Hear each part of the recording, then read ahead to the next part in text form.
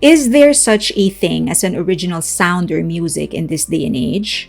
Isn't the world constantly evolving and the people in it constantly moving from places to places that it is inevitable for music to fuse, sounds to be influenced, and lyricism to collage to a point where they will start sounding similar?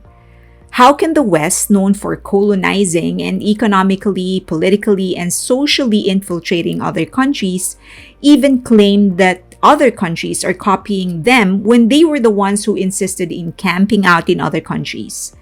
If you insist in living in other countries, of course your culture, your people, custom, and language will eventually be adopted and things will evolve. So can we really claim that there is such a thing as original sound or music?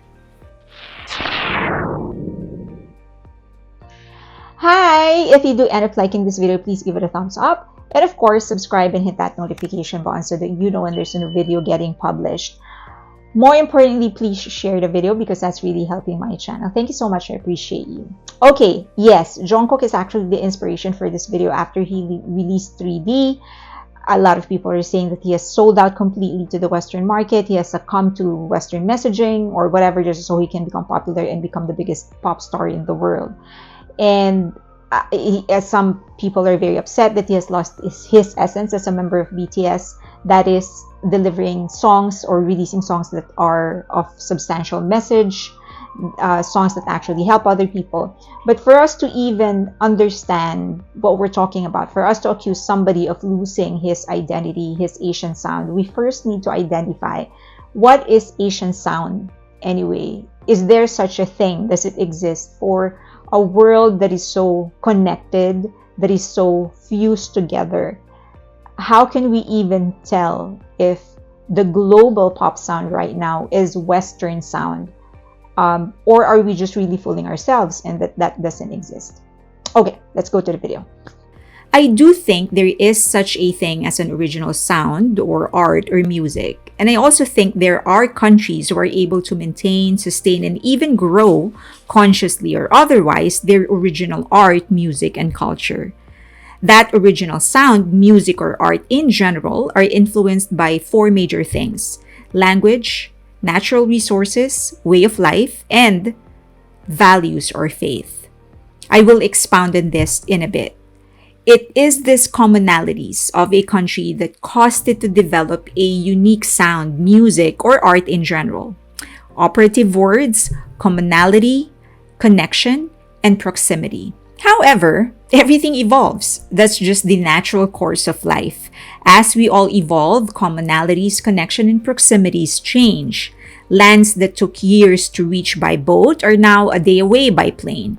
We used to have to buy a stamp, go to the post office, drop a letter, and wait weeks, even months or years for a reply for us to even be sure our letter actually reached its destination. Nowadays, we can see the inside of houses of people we have never met through their blog. We co-create videos, music, and books with people halfway across the world without even leaving our own country. It is inevitable for us to adopt people's languages, habits, customs, aesthetics, and beliefs. The result of this connection?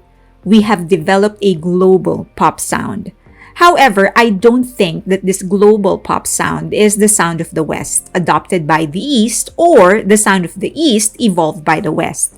I think this global pop sound is a fusion of many different sounds, languages, cultures, and beliefs, and of different countries.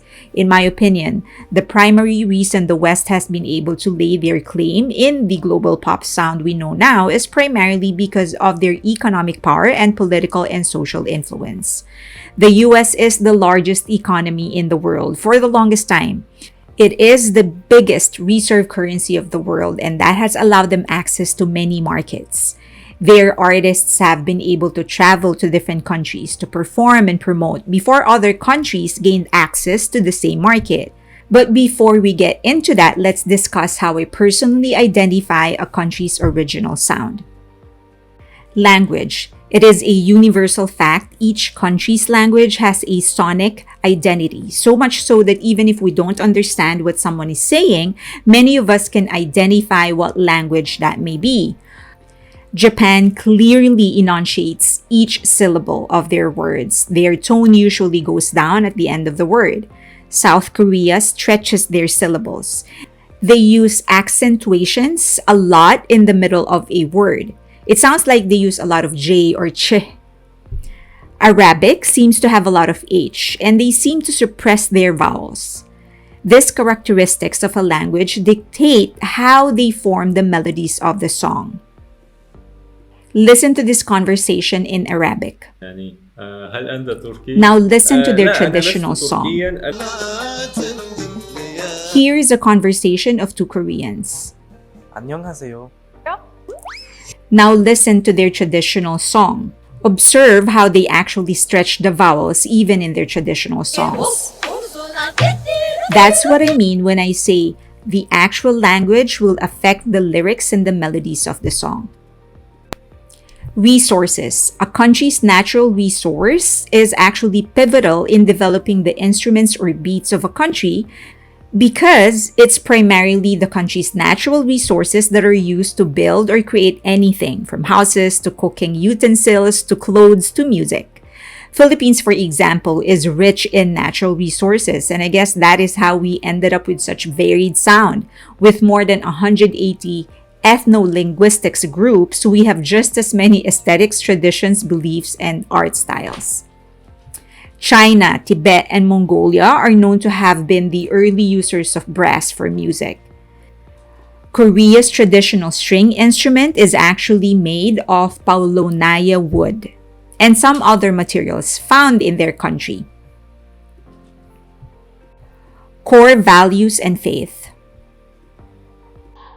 In some countries, music is actually used for religious ceremonies. In some other countries, it's used to celebrate marriages or pacts or unions or even a successful hunt. The way it is used actually dictates exactly how a music is going to be written, how it's going to be presented, how it's going to be performed. I guess the most relatable would be rap because that's the most recent. It was used by African Americans as an expression of their pain, of their anguish. That's why early rap is actually written very poetically in a painful kind of way. The wordings, the expressions, the message in itself, they're very, very painful. And it's also delivered accordingly. There's a lot of strong intonations, the inflections of their voices. All of that would actually mirror the kind of anguish that they were feeling inside. So, knowing what it is used for actually affects what it is used for. What music is used is actually affects how it is delivered and performed. Traditions and customs. Music for the Philippines is very much a part of relationship building. Ati-Atihan, an annual festival that heavily uses percussion instruments, was actually meant to be a celebration of two tribes coming together. Eventually, music was used by men to woo women into marrying them. That's why many old Filipino songs were and still are love songs. Japan's traditional music, shomyo, is a ritual music sung in a Buddhist ceremony by a group of Buddhist monks. Literally translated, the word shomyo combines the characters for voice and wisdom. Gagaku is the oldest of Japan's musical traditions and includes dances and songs. Then there's kabuki and no. Kabuki is stylized dancing and no is a classical music drama. All this point to a narrative or storytelling. That's why Japanese music tends to be more creative with their progression, and they create more of a story using 6, 8, or even 12 chords within 8 bars.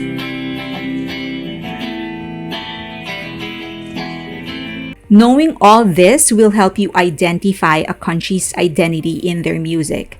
I think it is impossible for pop music of any country to not evolve, but it doesn't mean anything they sing is completely borrowed.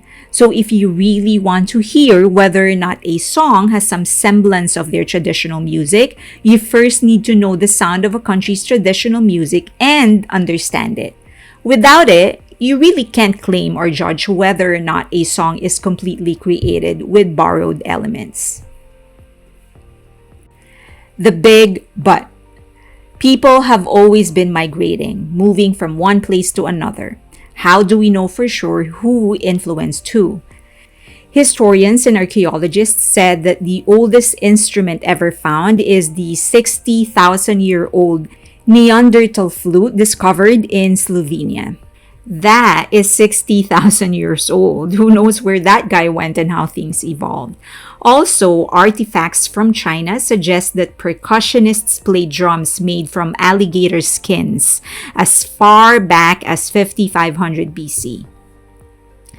Christian Frederick Martin, a German immigrant to the US, is credited as the inventor of guitar. Yeah, right. The earliest probable evidence of a string instrument dates all the way back to 1300 BC in France. All these finds prove that different people from different parts of the world have been creating music far longer than we can imagine. Last week, I discussed the birth of pop music, which was 1679, when the first opera was penned by Alessandro Scarlatti. And from there, it actually moved to the rest of Europe before it made its way to the US. But remember that by 1500s, Europeans were already traveling back and forth to Asia.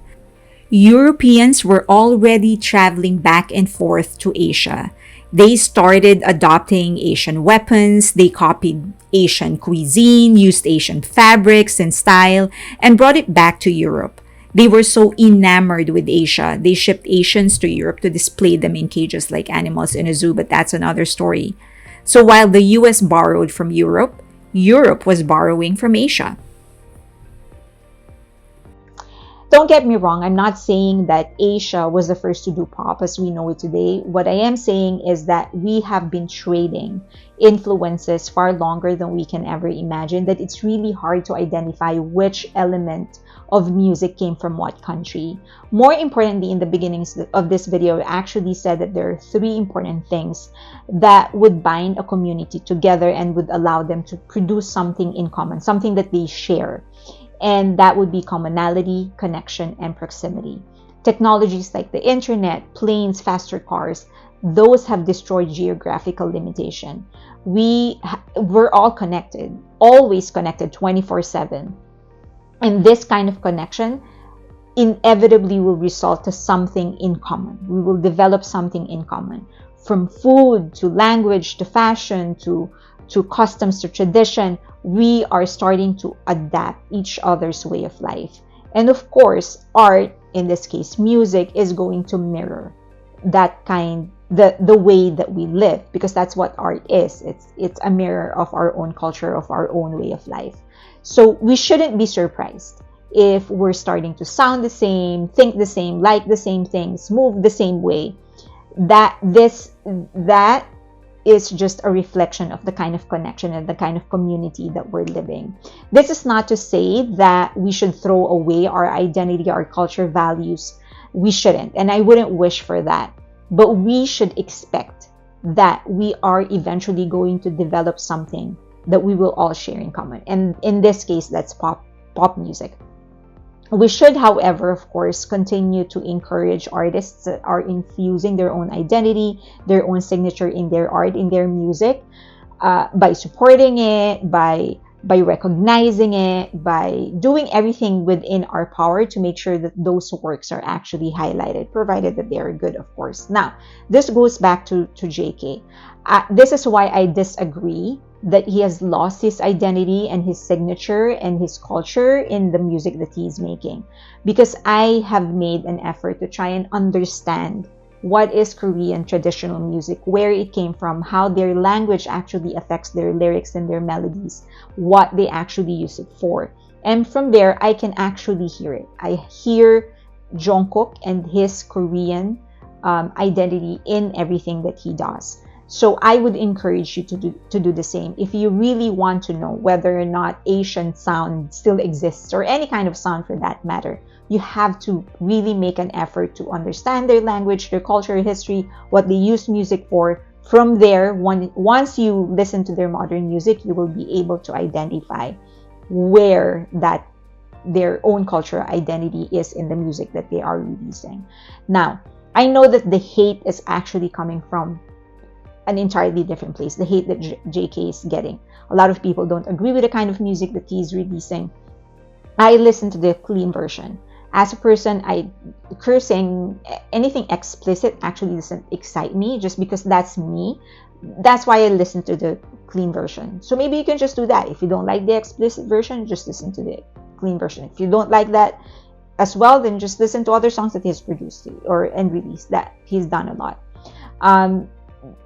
But this is him experimenting, exploring. Some of the things that he's doing, eventually he will probably improve on, evolve. Some of the things maybe eventually he will not like, I don't know. But he is in that stage of his career where he's really pushing the envelope personally and seeing where and how far he can go. And I have the pleasure of watching it.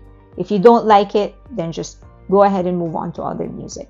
However, I would love to hear your thoughts, not just on JK, not just on Jungkook, but just on the concept of original music altogether. Please leave them in the comment section below. You can do and say anything that you want. Just do it, or say it very, very respectfully. You can also get in touch with me in any of the social media links that you see on your screen right now. More importantly, if you do end up liking this video, please give it a thumbs up. Also subscribe and hit that notification button. More importantly, share the video. It's really, really helping my channel. Thank you so much. I appreciate you. Till next time.